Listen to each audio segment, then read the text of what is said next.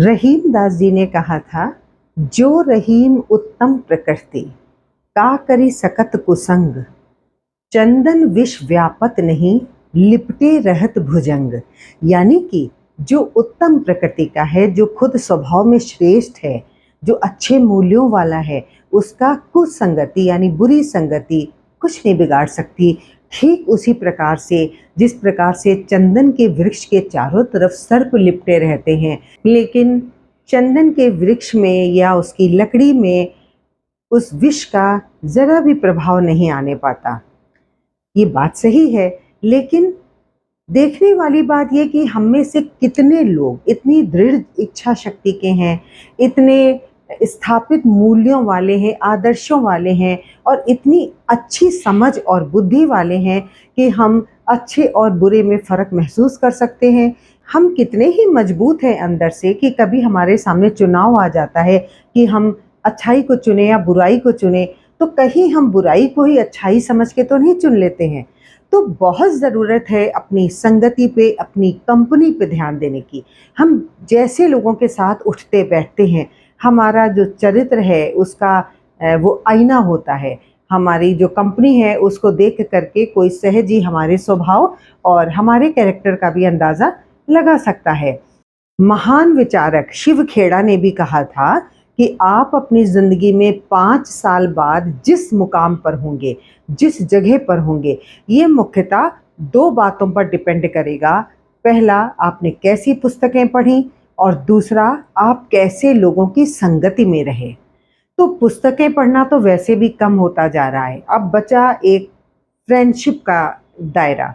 तो उसको अगर हम सोच समझ करके बनाते हैं, अपने दायरे को ऐसा बनाते हैं जिसके पारिवारिक मूल्य अच्छे हों, जिसके अंदर मानवीय गुण अच्छे हों, जो एक अच्छा मित्र हो, सुख और दुख में साथ दे, साथ ही साथ कुछ क्रिएटिव हो, उसके मन में समाज के प्रति निगेटिविटी ना हो, पॉजिटिविटी हो, समाज के लिए कुछ अच्छा करने को तत्पर रहे।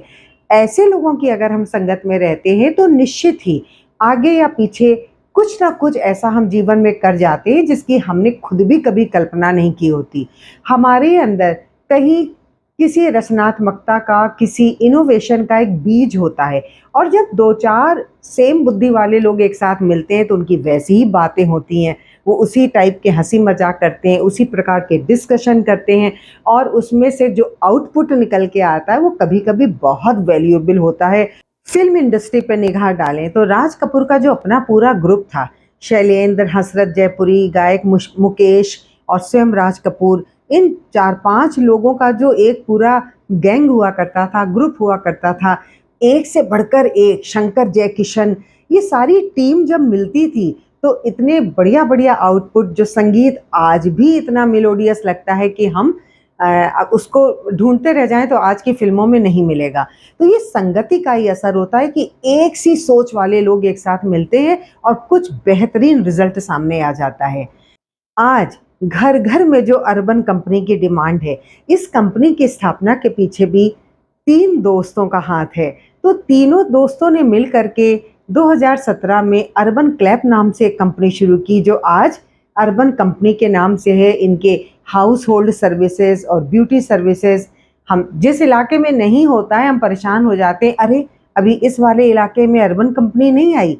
क्यों? क्योंकि इसकी सर्विसेज इतनी ईज़ी और इतनी अच्छी हैं कि हम चाहते हैं कि ऐसी कंपनी की अप्रोच हर एरिया में हो जिससे लोग लाभान्वित हो सकें।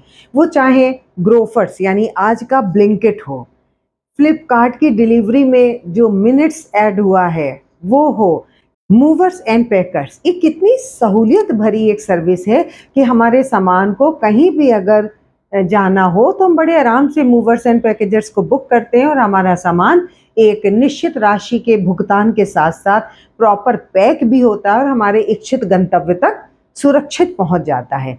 इसके साथ ही अगर हम आज का कैरी मैन स्टार्टअप देखें जो बहुत लेटेस्ट है, वो भी ऐसी सेवा देता है कि बाज़ार में शॉपिंग करते करते हम जब थक जाते हैं, हमसे शॉपिंग बैग्स हमारे खुद ही नहीं उठाए जाते, ऐसे में हम हायर कर लेते हैं कुछ सर्विसेज को, जो लोग कुछ पैसे ले करके हमारे सामान को उठाते हैं और हमारे इच्छित गंतव्य तक पहुंचा देते हैं। फ्लावर साइकिल का आइडिया पेश करने वाले अंकित अग्रवाल भी अपने एक दोस्त के साथ ही कानपुर में गंगा किनारे बैठे थे, जब गंगा किनारे फूलों का ढेर और गंगा में बहते हुए फूलों को देख करके उनके दिमाग में आइडिया आया कि इसको कैसे रिसाइकिल किया जा सकता है कि कुछ यूजफुल आइटम बनाया जा सके। और इसी के साथ साथ फूल कंपनी की उन्होंने फाउंडेशन डाली और आज अच्छी कीमत के ऊपर धूप, अगरबत्तियां और परफ्यूम फूल कंपनी हमें प्रोवाइड करती है।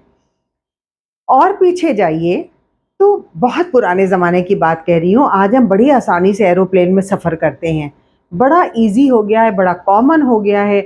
और लेकिन ये एरोप्लेन बनाया किसने था?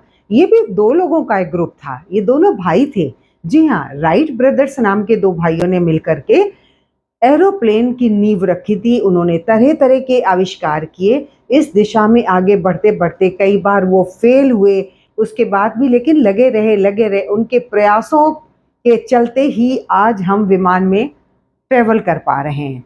स्टीव जॉब्स और स्टीव वोजनियाक दो लोगों ने मिलकर के साथ साथ टेक्निकल दिशा में काम किया और उन्होंने पहला पीसी बनाया, पर्सनल कंप्यूटर बनाया। उसके बाद आज किसी से छिपा नहीं है जो हम एप्पल कंपनी का साम्राज्य देख रहे हैं।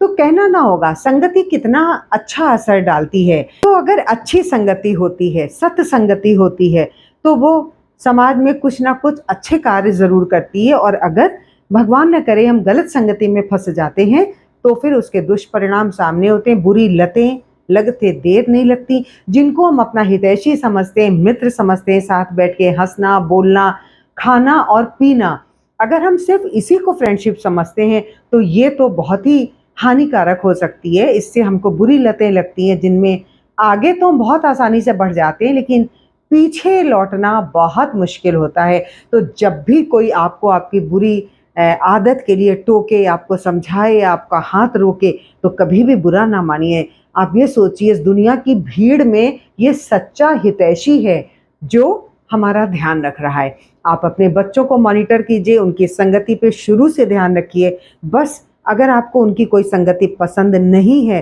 तो डायरेक्टली बच्चों से ना बोलिए, क्योंकि बहुत विद्रोही स्वभाव होता है टीनेजर्स का। उनको आहिस्ता से प्यार से समझाइए। कभी वेट कीजिए किसी ऐसी घटना का कि आप उनके सामने लाइव एग्जाम्पल रख सकें, तो वो खुद ही समझ जाएंगे कि हमको किसके साथ रहना है और किसके साथ नहीं रहना है। तो बहुत इम्पॉर्टेंट है इस बात का ध्यान रखना कि आप किन के साथ उठते बैठते हैं, किन के साथ बातचीत करते हैं, किन के साथ आप मैसेजेस एक्सचेंज करते हैं और किन के साथ बैठ करके आप अपने दिल का हाल शेयर कर पाते हैं।